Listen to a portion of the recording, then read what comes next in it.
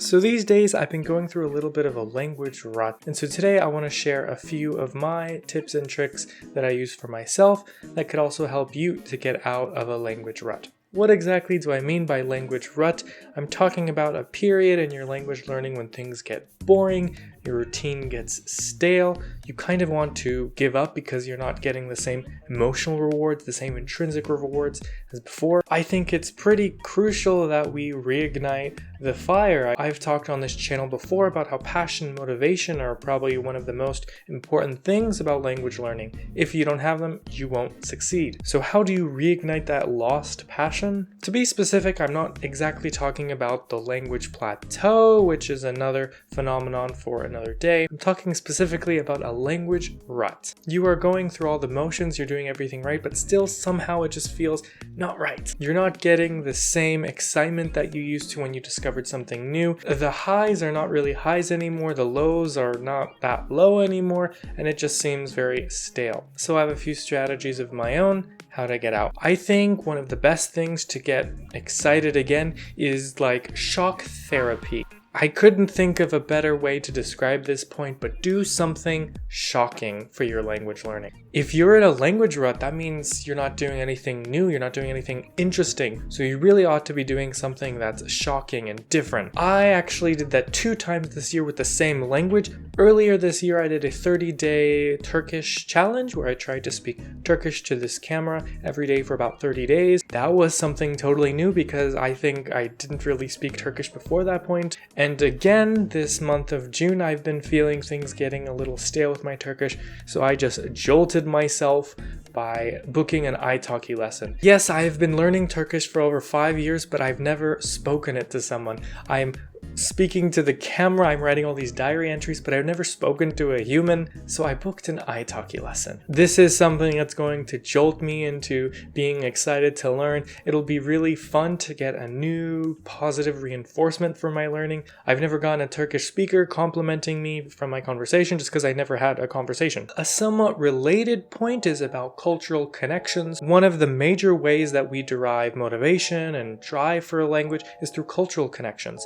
We cannot learn language until we understand culture. So finding a cultural connection for your language will reignite that early learner fire. What I try to do when I'm trying to reignite a language is to find a new piece of culture. Probably a new singer, a new YouTuber, a new show. Maybe find out one of my games has this language setting that I've never turned on before. By having a new connection to culture, you have a new reason to get excited over this language, a new reason to improve. And the benefits are twofold, because if you are talking to a new person or you're hearing a new type of speech, you're probably going to encounter new words, new expressions, new varieties of the language. If you like this video already, please give it a like, it really helps the channel, and subscribe if you want to see more from me. Something else that can really reignite your language learning is setting a goal. In other words, you should find something to work towards. I think I did that really well this year with my 2022 goals.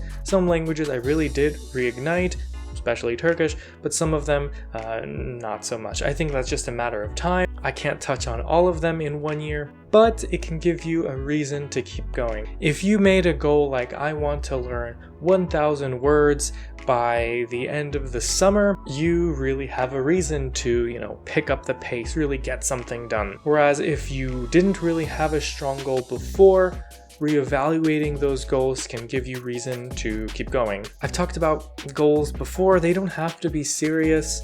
They don't have to be like a serious test. They don't have to be like a vacation.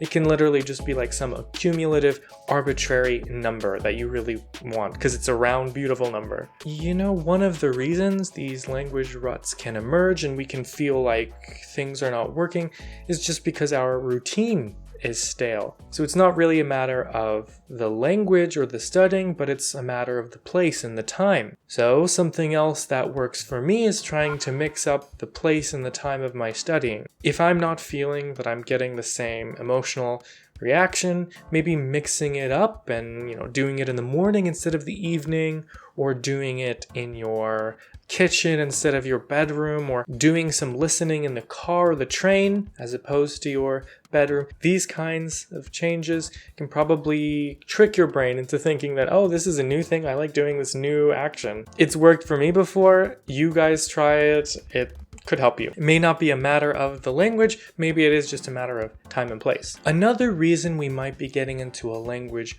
rut is that the difficulty really doesn't excite us anymore. I don't know about other language learners, but for me, there's something really exciting about being a A1 learner because everything in the language is so shocking and new and it's difficult to understand what's happening. But as you get to A2, B1, maybe B2, it gets not as exciting anymore because you're not so shocked by things. There's not that many new words to encounter. There's not that many new grammars to encounter. But maybe your sources are becoming boring because in general, beginning sources are kind of boring. They're really made for the simplest form of the language, and the simplest form of the language in general is not exciting. Kind of almost by definition, the simplest form of the language is not exciting. So maybe you should increase the difficulty of the sources you're consuming. Hopefully everyone's goal is to slowly wean themselves off of learners' materials and move towards native level content that actual native speakers use, because that's the real language. This is the true test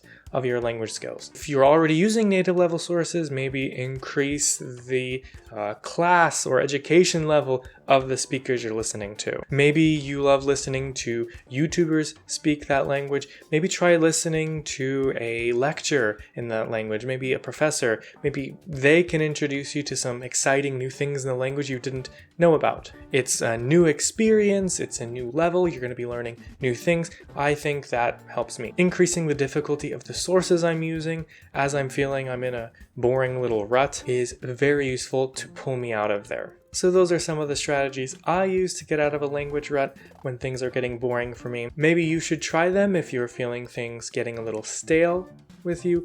If you use these strategies, let me know. It'll be fun to see how they work out. If you want to see more from me, you can check me out on social media, which I'll have linked below. I also have a website at studywithalex.com where I write blog posts, essentially like this video today, and also give some tips and tricks for languages like English. I have a few French articles, a few German learning articles on my website that could be useful for you. So that'll be all for today's video. Thank you for watching. I'll see you for another one very soon, alright? Güle güle!